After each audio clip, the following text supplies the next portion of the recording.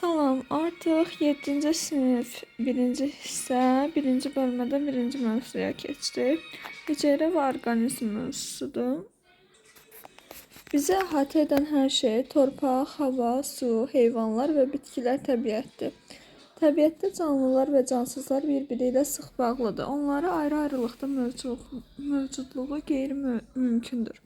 Məsələn, bitki canlı təbiətin bir hissəsi olsa da günəş şüaları ilə qızınır, havadan karbon qazını, torpaqdan su və mineral maddələri alıb qidalanma prosesinə başlayır. Külək onun toxumlarını yayır, çoxalmasına kömək edir.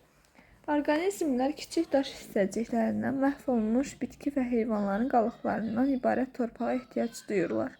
Quşlar uçuş zamanı yollarının istiqamətini ayın, günəşin və ulduzların köməyi ilə müəyyən edirlər. Bu sıx əlaqəyə və ayrılmazlığa baxmayaraq, canlı orqanizmlərin cansız varlıqlardan fərqlənən bir sıra xüsusiyyətləri var. Burada canlı daş göstərilmişdir. Canlı daş heyvan yuxarıdadır, bitki isə aşağıda. Qayalı sahil sularında yaşayan oturaq dəniz heyvanı piura və quraqlıq ərazilərdə bitən bitki litops daşa bənzəməsi ilə diqqəti cəlb edir. Bu xüsusiyyətinə görə onları canlı daş adlandırırlar. Suallarda isə nə üçün piura və litops canlılara, daş isə cansızlara aid edilir? Canlılar cansız varlıqlardan nə ilə fərqlənirlər? İndi bunu mövzuda görəcəyik.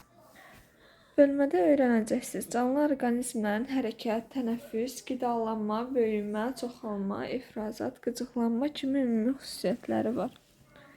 Bitki, heyvan və bakteriya hüceyrələrinin həm quruluş, həm də funksiyalarına görə oxşar və fərqli xüsusiyyətləri var. Çoxhüceyrəli orqanizmlərin ixtisaslaşmış hüceyrələri müəyyən funksiyaları yerinə yetirir.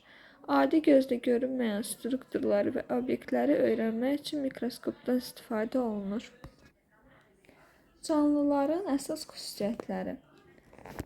Burada açar sözlər hərəkət, qidalanma, tənəffüs, çoxalma, böyümə, inkişaf, ifrazat, qıcıqlanma. Bunlar canlıların əsas xüsusiyyətləridir. Canlı orqanizmlər xarici görünüş və həyat tərzi baxımından müxtəlifdir. Əksər canlıların həyatının müəyyən bir dövründə ümumi xüsusiyyətləri olur. Bu xüsusiyyətlər onları cansızlardan fərqləndirir. Canlıların əsas xüsusiyyətlərinə hərəkət, qidalanma, tənəffüs, çoxalma, ifrazat, böyümə və inkişaf, qıcıqlanma aiddir. Hərəkət canlıların vəziyyətini və yerini dəyişməsidir. Heyvanların əksəriyyəti fəal hərəkət qabiliyyətinə malikdir. Lakin oturaq həyat tərzi keçirən canlılar da mövcuddur. Heyvanlar xüsusi hərəkət orqanları vasitəsilə hərəkət edir. Dovşan qaçır və tullanır. İlan sürünür, delfin üzür, qağayı uçur. Bitkilər məhdud və yavaş hərəkət edir. Yarpaqlarını və çiçəklərini günəşə doğru çevirir. Dayağın ətrafına sarılır. Qidalanma bütün canlılara xas olan xüsusiyyətdir. Öz həyat fəaliyyətlərini davam etdirmək üçün orqanizmlərin enerjiyə ehtiyacı var. Orqanizmlərin qidalı maddələri daha sadə maddələrə qədər parçalanması, enerji ayrılması ilə gedir. Onların qidadan aldığı enerjinin çox hissəsi tənəffüs və hərəkət kimi fəaliyyətlərin, həyat fəaliyyətlərinin yerinə yetirilməsinə sərf olunur. Qalan enerjinin bir qismi bədən temperaturunun sabit saxlanması üçün istifadə olunur. Digər qismi isə istilik şəklində ətrafa yayılır. Bitkilər günəş enerjisindən, karbon qazından və sudan istifadə edərək qida maddələri hazırlayırlar. Burada fotosintezdən bəhs olunur. Bitki yeyən heyvanlar bitkilərlə qidalanır. Yırtıcılar digər heyvanları ovlayaraq onlarla qidalanır. Yəni burada bir qida zənciri görürük. Canlıların xüsusiyyətləri, işin gedişi, şəkilləri nəzərdən keçirin, verilmiş hadisələri təsvir edin. Bu hadisələrin canlıların hansı xüsusiyyətinə aid olduğu haqqında nəticə çıxarın. Deməli, şəkilləri nəzərdən keçiririk, verilmiş hadisələri təsvir edirik. Məsələn, burada ana toyuq yumurtanın üzərində durub onu isti saxlayır, istilik tənzimlənməsini yerinə yetirir və burada toxumların çoban yastığı, yox, bu çoban yastığı zəncirotu. Zəncirotu bitkisindən yerə tökülməni görürük. B variantında yuxarıdakı şəkildə görürük ki, bitki necə böyüyür, toxumdan çıxıb böyüməyi. Aşağıda isə insanın böyüməyi göstərilir. C variantında insanın oksigeni alıb karbonu xaric etməsi, bitkinin isə karbon qazını alıb oksigen xaric etməsi göstərilib. Bu ikisi bir-birindən fərqli proseslərdir. Məsələn, yuxarıda olan insanın tənəffüs prosesidir. Bitkilər də həmçinin tənəffüs zamanı oksigeni alır və karbon qazını xaric edirlər. Lakin onlarda qidalanma prosesi zamanı karbon qazından istifadə olunur fotosintezdə və reaksiya məhsulu kimi oksigen qazı da alınır ki, o da ətraf mühitə xaric olunur. Qeyd etdiyiniz xüsusiyyətlərin canlılar üçün hansı əhəmiyyəti var? Sizcə başqa hansı xüsusiyyətlər canlılar üçün ümumi hesab etmək olar? Canlıların burada əsas xüsusiyyətləridir bunlar. Yəni burada elə yaşam üçün vacib olanlardır. Buradakı yaza bilərik böyüməni, hərəkəti, tənəffüsü, qidalanmanı. Sizcə başqa hansı xüsusiyyətlər canlılar üçün ümumi hesab etmək olar deyirdi. Bu da ki, burada hərəkət, qidalanma, tənəffüs, çoxalma, böyümə, inkişaf, ifrazat və qıcıqlanma bütün canlılara xas götürə bilərik. Bütün canlılar tənəffüs edir. Canlıların əksəriyyəti yaşamaq üçün oksigenə ehtiyac duyur. Tənəffüs zamanı qida maddələrindən enerji ayrılır və müxtəlif həyati proseslərə sərf olunur.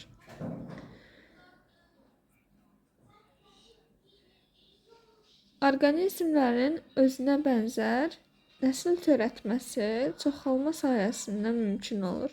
Canlıların çoxalma qabiliyyəti nəticəsində yer üzərində həyat davam edir. Böyümə hüceyrə və orqanizmin həm ölçüsünün, həm də kütləsinin artmasıdır. İnkişaf isə orqanizmin və ya onun ayrı-ayrı hissələrinin quruluşunda dəyişiklik və təkmilləşmədir. Burada toxumun cücərməsi inkişafı göstərilib, aşağıda isə qurbağanın böyüməsi və inkişafı göstərilib. Kaktusun tikanlarına toxunduqda insan əlini çəkir. Bu qıcıqlanma prosesidir. Küstüm otunun yarpaqlarına toxunduqda yarpaqcıqları bükülür. Bu da bitkidə olan başqa bir qıcıqlanmanı göstərir. Hüceyrə daxilində baş verən proseslər nəticəsində lazımsız və zərərli maddələr əmələ gəlir. Bu maddələrin orqanizmdən xaric edilməsi ifrazat adlanır.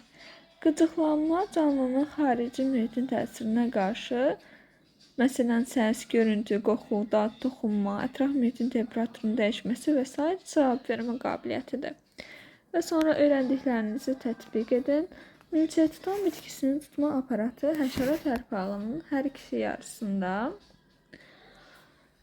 tükcüklərə eyni vaxtda toxunduqda işə düşür. Həşəratı bitkinin ətri, şirin nektarı cəlb edir və o tələyə düşür.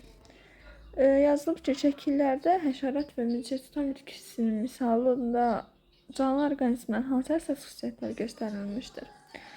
Burada qıcıqlanma xüsusiyyətini deyə bilərik ki, həşərat bitkinin ətrindən, şirin nektarından qıcıqlanır və istəyir ki, ora getsin. Ondan sonra bu qidalanma deyə bilərik ki, orada indi dəqiq yazılmıyor ki, orada qidalanır yoxsa qidalanmır bitkinin içərisində. Amma qidalanmaq üçün ora gedir və bundan sonra da bitki onunla qidalanır. Bu xüsusiyyətlər bir-biri ilə əlaqəlidirmi? Əgər əlaqəlidirsə, bu özünü nə də göstərir? Qıcıqlanma ilə qidalanma əlaqəlidir. Məsələn, bunu həm şərtli, həm şərtsiz refleks olaraq deyə bilərik. Buradakı şərtsiz refleksdir. Burada milçək qıcıqlanır ətirdən, şirin nektardan və onda şərtsiz refleksdir ki, bu bilir ki, qidanındır və ona yaxınlaşır. Sonra öyrəndiklərinizi yoxlayın, uyğunluğu müəyyən edin. Birinci şəkildə görürük ki, böyümə prosesidir. Böyümə və inkişaf C variantıdır. İkincidə it qidalanır A. Üçüncüdə at hərəkət edir, qaçır B. Dördüncüdə isə insanın əli yanır və əlini çəkir. Bu da qıcıqlanmadır D variantı. İkincidə deyir ki, canlı orqanizmlərdə olan xüsusiyyətlərin hər hansı birinə cansızlarda rast gəlməkdə olarmı? Fikrinizi əsaslandırın. Rast gəlmək olar. Əslində, biologiyanın dərinliklərinə getdikdə görürük ki, canlılar və cansızlar arasında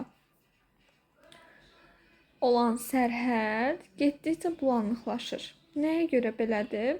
Çünki məsələn, viruslar necədir? Virusların heç tək başına kiminsə üzərində, hər hansı bir hüceyrənin üzərində parazitlik etmədən çoxalma xüsusiyyəti yoxdur, özünü kopyalaya da bilmir, heç nə edə bilmir, canlı kimi fəaliyyət göstərmir. Yalnız bir hüceyrədə parazitlik etdikdə canlı xüsusiyyətlərini göstərir. Məsələn, virusa biz canlı deyirik, amma alova niyə canlı demirik onda? Məsələn, alov da özü çoxala bilir, ətrafa yayılır və ətrafdakı oksigendən qidalanır.